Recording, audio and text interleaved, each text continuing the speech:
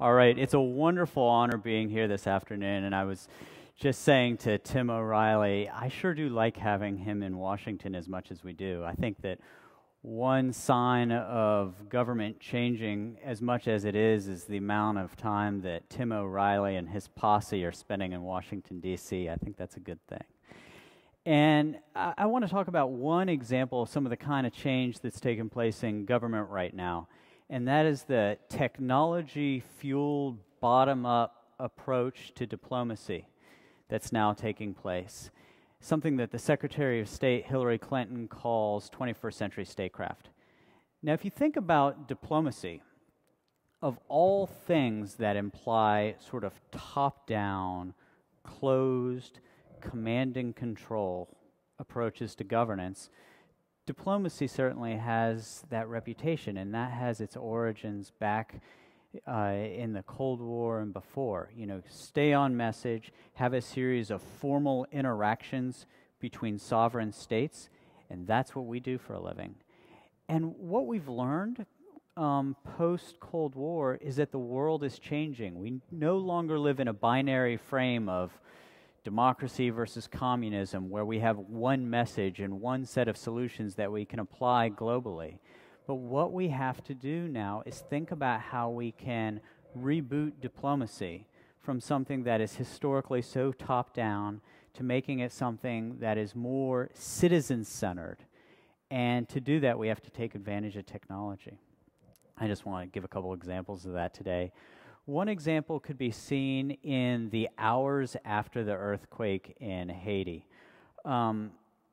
The earthquake in Haiti took place sort of mid-late afternoon, and there are a group of women at the State Department, three terrific young innovators, who were asking themselves, what can we do so that when people learn about the earthquake tomorrow morning with a cup of coffee in their hand, what can people do right then to help? And it just so happened that the week before, the Secretary of State had a dinner, a very unusual dinner for the State Department, where she had about a dozen technology entrepreneurs, most of whom ran, pre-public, early-stage technology companies, so that she could learn about technology. And one of the people who was there was a guy named James Eberhard, who runs a company called Mobile Accord. And part of what he was describing at that dinner, and part of the technology that he had helped develop, was allowing people to make donations by text message. And so these women at the State Department, Katie Stanton, Katie Dowd, and Caitlin Klavorek, said, what we ought to do is right this very minute, get a program stood up so that when people are having their cup of coffee tomorrow morning, they can make a $10 donation right then and there. At this point, the Secretary was in transit from Hawaii to Papua New Guinea. She never made it to Papua New Guinea, unfortunately, and she gave the go order. She said, let's put this together, let's put it together fast. And by the next morning, this program was up, and it quickly became viral over social media. Before the mainstream press picked it up, it was in the Twitter sphere, it was on Facebook, and in other social media spaces that people began to understand that they could just text the word Haiti to a short code 90999 and donate $10 for earthquake relief. And what happened then was something wildly disruptive in philanthropy. More than 3 million Americans took advantage of that and raised more than $30 million for the relief effort in Haiti. And that was made possible in part because the Secretary brought people like these young women into the State Department and then created the space for them to innovate. But what's more important even than just bringing in young, innovative people is establishing a policy framework and prioritizing technology and innovation within our statecraft. And one of the things that she did when she became Secretary of State is she drew on her own personal history. Going back to when she was the First Lady of Arkansas, First Lady of the United States, Hillary Clinton is somebody who was always building bridges between civil society, and government. And she always engaged in what could be called people-to-people diplomacy. And so upon becoming Secretary of State, what she said is, you know what, we are going to continue to have the traditional form of diplomacy. You know, guys in suits with a flag flying in the background, having a conversation over a mahogany table and determining the relationships between our governments. But in addition to that, we are going to figure out how we can integrate technology into things and how we can get the American people involved in different efforts. And as we work abroad, we're going to figure out how citizens of other countries can use these tools for empowerment. One example of this that we are going to be rolling out very soon was a response to the drug-fueled violence in Mexico. Ever since the end of 2006, when President Calderon announced a crackdown against the cartels, violence in Mexico, particularly in border cities like Ciudad Juarez, has been totally and completely out of control. In one of her first trips outside of the United States, Secretary Clinton went to Mexico and heard firsthand about some of the struggles that they'd been having. And she and our ambassador to Mexico, Carlos Pascual, recognizing some of the shortcomings that we were having, said, you know what, let's take a totally different approach to how we are addressing this problem. And let's think about if there's a way, using technology, that we can actually get the Mexican citizens involved in the fight against crime. And let's see if we can get technology involved in it, and let's bring a different set of stakeholders into problem solving in this. And so what we did is we created a delegation of technologists. And these are individuals who weren't selling anything to government.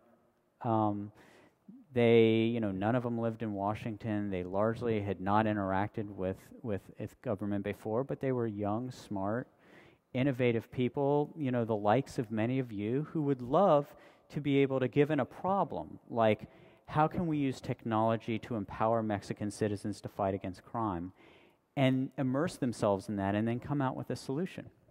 And so in this case, what we did is, we met with the President Calderon's cabinet, we immersed ourselves in the research, met with civil society organizations, and we came out of that with one idea, and responded to the problem that citizens in Mexico, by and large, were no longer reporting crime themselves because they were afraid of retribution.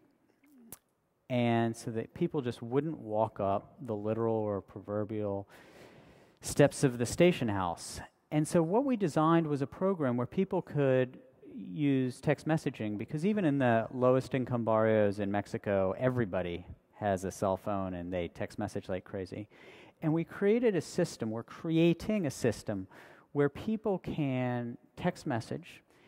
The personally identifiable information is then scrubbed out so that people can stay safe for having reported crime. And then we're going to use mapping technologies to bring some transparency to where the crime reports are.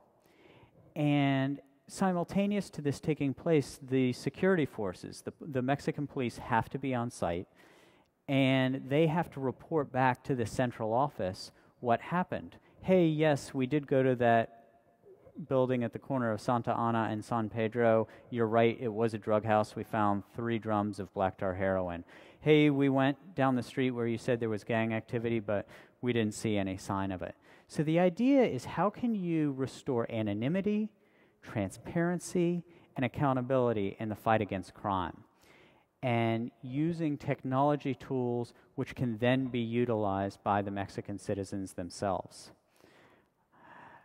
The United States isn't the only place that is figuring out how to use technology in service of political or diplomatic goals. One of the best examples and one of the most jarring examples that we saw during 2009 was an entire movement, the Green Movement in Iran, being organized on the back of social media. So while we have heard a lot of wonderful stories about how social media is disrupting and improving the delivery of government in the United States, it's fascinating to see how the Iranian citizens used social media in June of 2009 in the aftermath of an election which they believed to have been corrupt. And what's fascinating is that in a place like Tehran, where political dissent is not tolerated, what social media allowed people to do was to connect and engage in a safe space. So where people would not have been willing to go under cover of night to find somebody in a basement and organize dissent, these social media spaces then created that for them. And it then became this very powerful tool for connection and for engagement. Now, I wish the story stopped there. And I wish I could be a cyber utopian. But unfortunately, what happened after the June protests was a growing recognition by the Iranian government and the Iranian Revolutionary Guard that these tools could be used against them. They could be used for dissent. And so what the Iranian government then did is it became far more sophisticated about how to infiltrate, monitor, and manipulate content. It also exercised a level of will, saying, you know what, if these networks are going to be used to organize against us, we're going to shut them down. And so, you know, in the ensuing months, they would take down websites, they would monitor who was using the websites and what have you. But one thing that we saw in February of this year on the anniversary of the Iranian Revolution was they literally shut down the internet. I mean, you wouldn't think that that's something you could actually do. You actually can. You can shut down the internet. They created what our State Department spokesman, P.J. Crowley, called an information blockade.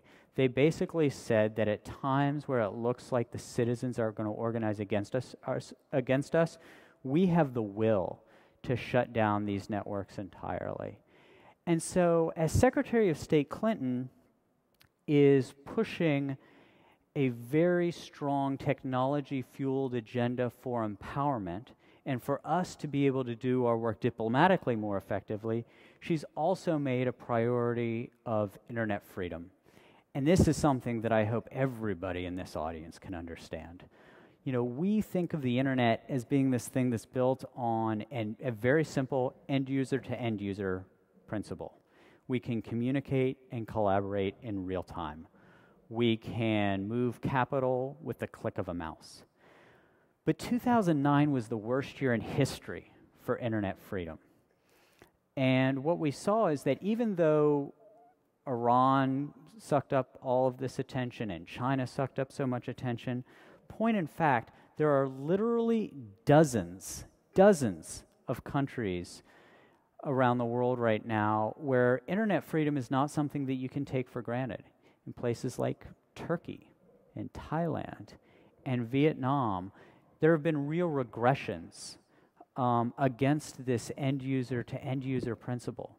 And so just as we try to push Gov 2.0 approaches in our diplomacy, one of the things that we recognize is perhaps most important within our total mission is to make sure that people around the globe themselves have the ability to develop and disseminate these kinds of tools.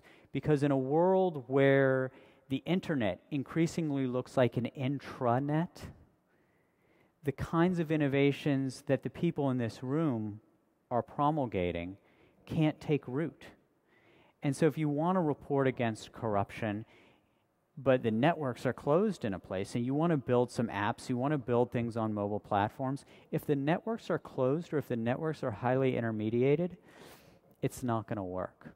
So we at the State Department, we're making mistakes of co-mission rather than omission. We've got a Secretary of State who's pushing us very hard to take big chances in this area, and to be able to move very quickly. And simultaneous to this, we're also going to be focused on making sure that people around the world have the same opportunities that we have here in the United States to connect and convene with audiences like yourselves to build tools that can be used in the public interest. Thanks so much.